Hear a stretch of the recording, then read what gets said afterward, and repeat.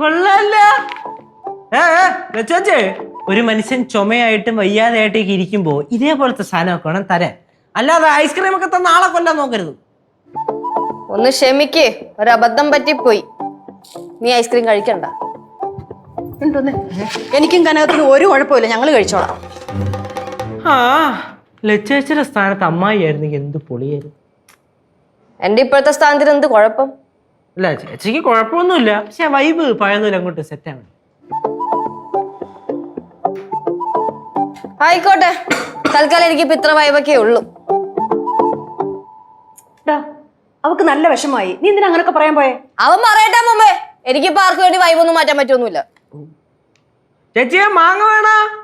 ഒറ്റയ്ക്ക് അങ്ങ് കഴിച്ചാ മതി. വേണ്ടെന്ന് ഉറപ്പാണല്ലോ, അവസാനം തീർന്നിട്ട് വേണമെന്ന് കരയില്ല. പാവോടാ, ഭയങ്കര പാകം തന്നെ. മാങ്ങ വേണമെങ്കിൽ തിന്നി.